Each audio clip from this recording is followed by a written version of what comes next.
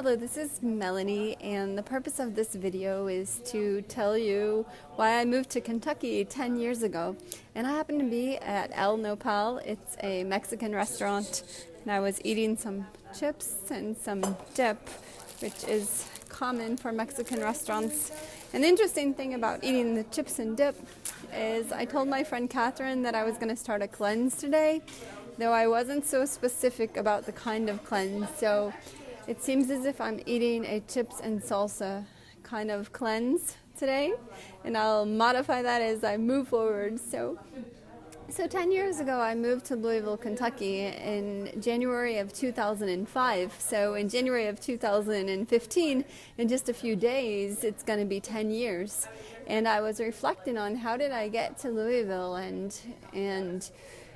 how has this decade of my life been?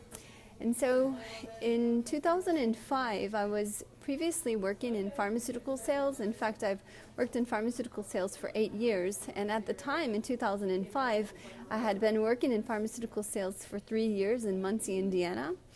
And also at that time, I was seeing a guy that I was dating, a guy that I had met on social media dating on Match.com.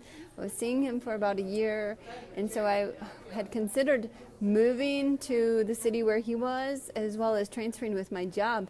And that's specifically what happened. I was able to transfer with my pharmaceutical sales job.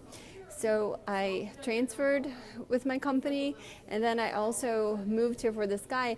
And interestingly, at the time, though, when I was seeing that guy, there was a lot of red flags in the relationship, and in my heart I was thinking, this is not a good idea to move for the guy. Well, it ended up being true to myself that there was a lot of problems in that relationship, though it did end up forcing me to move from one city to the next. And then I worked for my job for 5 years in Kentucky, so I worked in pharmaceutical sales for 8 years.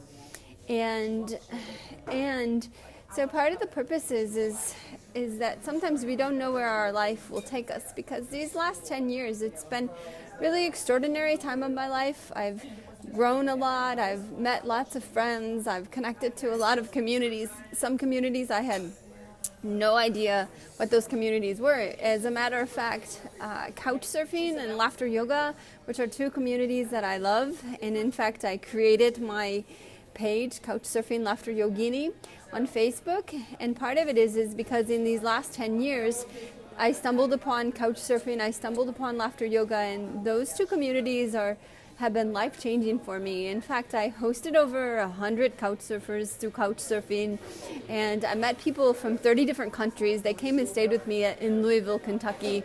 I've also was able to go to the couch surfing headquarters in San Francisco, California. And then similarly, laughter yoga changed my life also. I saw laughter yoga on the Oprah Winfrey Show while I was in Louisville, and I was asking myself, what is this laughter yoga? And then I learned more about it, and in 2009, I went and got trained. I got additional training in laughter yoga in Mumbai, India by the founder. So that happened while I was here in Louisville.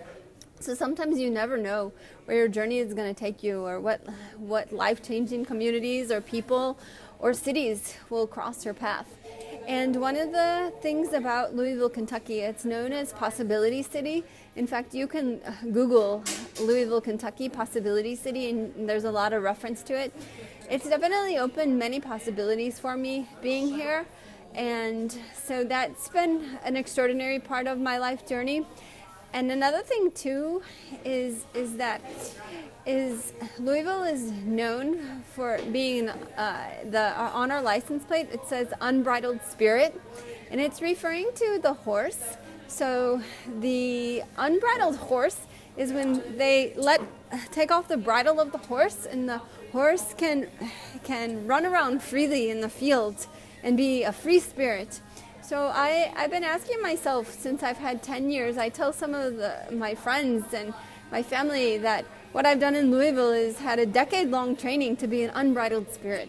So as I'm closing on 10 years of being in this city, I ask myself, what does it mean to truly be an unbridled spirit? And I ask you, all of you, that as well. What does it mean if you were truly unbridled?